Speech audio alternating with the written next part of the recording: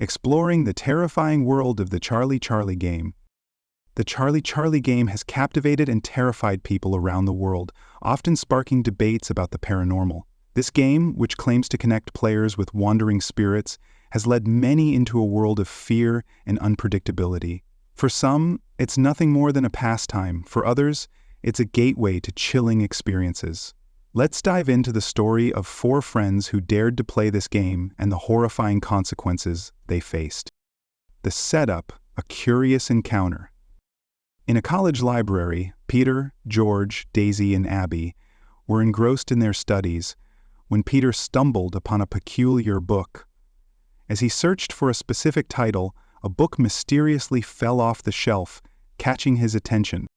"Wow, this is exactly what I was looking for, and it came to me on its own," Peter exclaimed, flipping through the pages.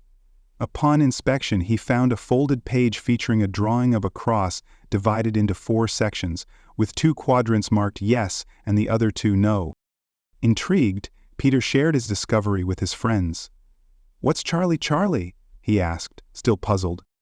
George chimed in, "It's a game I saw online, and people claim it helps them communicate with spirits." Daisy was skeptical but curious. "What if it actually works?" she pondered. This conversation sparked Daisy's interest, leading her to propose a game night at her house later that evening. The invitation, a decision to play. As the night fell, Daisy's friends gathered at her home, snacks in hand and a mix of excitement and apprehension in the air. George was ready to take charge of the game, bringing along the paper with the crossed pencils. "Listen, once we start this game, we must hold hands no matter what. If anyone lets go, it could be dangerous," George warned, establishing the rules. With everyone seated in a circle and the pencils positioned, George initiated the game, calling out, "Charlie, Charlie, are you here?" Initially, there was silence. Abby scoffed at the notion of spirits, feeling sleepy and uninterested, but when she abruptly stood up, she unknowingly jeopardized the safety of her friends. The game begins, a chilling response. "What have you done? You know how dangerous this can be," Daisy exclaimed, concerned for their safety. Abby shrugged off their fears and mockingly called out, "Charlie, Charlie, are you here?" To her shock, the pencil spun and pointed to yes. George, alarmed, urged, "We need to finish this game. It's not over until the spirit decides to leave." With the tension rising, they continued to engage with the spirit, asking if it needed help. The pencil pointed to no, suggesting that the spirit was not seeking assistance. Unleashing chaos, the unforeseen horror. Suddenly, Peter began to tremble, his body twisting unnaturally. The atmosphere shifted drastically, and panic ensued. "What's happening to Peter?" Abby cried out, fear evident in her voice. George attempted to stabilize the situation, insisting that they finish the game, but Peter's transformation was alarming. His eyes rolled back, revealing pure white, and he began to laugh maniacally. "Abby, my sweetheart, I've returned," Peter spoke in a deep, demonic voice, sending chills down everyone's spine. "No, this can't be real," Abby shouted, terrified. Desperate measures, seeking help. As Peter's condition worsened, his bones began to crack, and he laughed while simultaneously screaming in agony. The group was in utter shock. "We need to go to the church. Father can help us," George insisted, trying to maintain some semblance of hope. With no time to waste, they rushed to the nearby church, praying for salvation. They donned Holy Cross lockets for protection, and took a bottle of holy water before heading back home. The aftermath, a terrifying discovery. Upon returning, they found the storeroom door ajar. What they encountered inside was beyond comprehension. Peter and Ruby's bodies lay lifeless, their bones grotesquely broken, and their pupils completely white. In a state of shock, they realized the horrifying truth: the game had cost them their friends' lives. The police found no clues, leaving the case shrouded in mystery. The true motive, a dark secret. As the story unfolded, it became clear that Daisy had a hidden agenda. She had been using Peter for money, manipulating her brother Steve's affections for Ruby. When Steve discovered the betrayal, he tragically ended his life. Daisy, left alone after her brother's death, sought revenge for the pain she caused. The Charlie Charlie game had become a means to free Steve's tormented soul from the clutches of his tragic fate. Conclusion: the haunting legacy of Charlie Charlie. The tale of Daisy and her friends serves as a cautionary reminder of the dangers lurking in the unknown. The Charlie Charlie game, often dismissed as mere superstition, can have catastrophic consequences when taken lightly. As the lines between reality and the supernatural blur, one must ask, is it truly worth the risk to engage with forces beyond our understanding? The haunting legacy of the Charlie Charlie game continues to captivate and terrify those who dare to explore its depths. In the end, the story leaves us pondering the unresolved issues that bind souls to this world and the lengths to which one might go to find closure. 3 chilling winter horror stories to keep you up at night.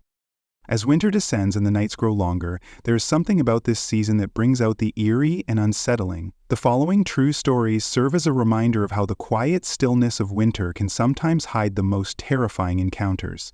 Each tale unfolds in the cold, snowy backdrop, reminding us that not everything is as peaceful as it seems. Let's dive into these chilling winter horror stories that will make you think twice before spending a night alone. Story 1. The Mysterious Visitor. It was mid-December and I was only 17 at the time. Every year, just before Christmas week, my mom would leave for a 3-day business trip. Being an only child living with my mom, I often found myself home alone during these trips. This year was different, as my mom left the same day school let out for the holidays. With a snowstorm brewing outside, I decided to stay inside and relax. After making some food, I settled down to watch a movie. However, the wind howled outside, interrupting my viewing experience. Around 7 or 8 p.m., I heard footsteps crunching through the snow as someone approached my front door. Curious yet anxious, I paused the movie, straining to hear any sounds beyond the door. After a few minutes of silence, I finally mustered the courage to check the door. To my confusion, no one was there. The footprints were clear in the snow, leading right up to my door and then back out again. I rationalized that perhaps someone had mistaken my house for theirs, but I couldn't shake the feeling of unease. Initially, I ignored it, but then the power cut out again. Investigating the sound, I looked out the back door and froze. A man stood there, partially hidden in the shadows. "Hey kid, would you get the door for me? It's freezing out here," he said, his voice cold and distant. Something about his demeanor sent chills down my spine. I took a step back, and his face twisted into a menacing frown. "Open the door," he yelled, banging on it with force. Heart racing, I hurried to call 911, but my phone struggled to maintain a signal. After several attempts, I finally got through, but the man continued to pound on the door, his voice growing more aggressive. Eventually, he fled before the police arrived, leaving me shaken and confused. Story 2. The Stranded Driver. Last year, during the first snowfall of the season, I was driving home after visiting family for the holidays. The trip was supposed to take about 10 hours, but I decided to push through it in one go. About 3 hours from home, snow began to fall heavily, reducing visibility. As I drove through the desolate roads, I spotted a car ahead with its hazard lights flickering. A man stood next to it, looking helpless. Reluctantly, I pulled over. His car was blocking most of the road, and I felt obligated to help. "Can you help me push it out?" he asked slowly, as if his English wasn't quite right. I agreed, thinking a little push might be all it needed. As I got out into the freezing wind, I noticed he was taking an unusually long time to find his gloves. My instincts began to kick in and I felt something was off. I turned around and noticed his smile had vanished, replaced by a hollow, lifeless gaze. Suddenly the doors of his car flung open, and 3 more men jumped out, rushing toward me. Panic surged through me as I sprinted back to my car, barely getting in and starting the engine in time to escape their grasp. Once I reached the nearest town, I reported the incident to the police. They found no trace of the men, and I was left to wonder what would have happened if I hadn't trusted my instincts and left when I did. Story 3. The Intruder. It was late November, and the first snow of the season had begun to fall. I returned home from work around 8 p.m., greeted by a winter wonderland outside. After heating up some leftover pizza, I settled down to enjoy the evening. However, as I prepared to watch something on my laptop, I heard a thud above me, resonating through the ceiling. At first I dismissed it as the weight of the snow on the roof, but when it happened again, I felt a wave of anxiety. Grabbing my winter jacket, I stepped outside to inspect the roof. To my alarm, the side of the roof above my bedroom was completely clear of snow, while the other side remained covered. It was an unnatural sight, and my heart raced with worry. Upon returning inside, I was met with a shocking sight. Puddles of water lined the hallway. As I looked closer, I spotted a boot print in one of the puddles, sending chills down my spine. I quickly called the police, shivering as I tried to explain my situation. Just as I was on the phone, I saw movement out of the corner of my eye. A figure stood behind the glass of my bedroom window, staring down at me. Frozen in fear, I watched as the figure retreated from view. When the police arrived, they confirmed my fears.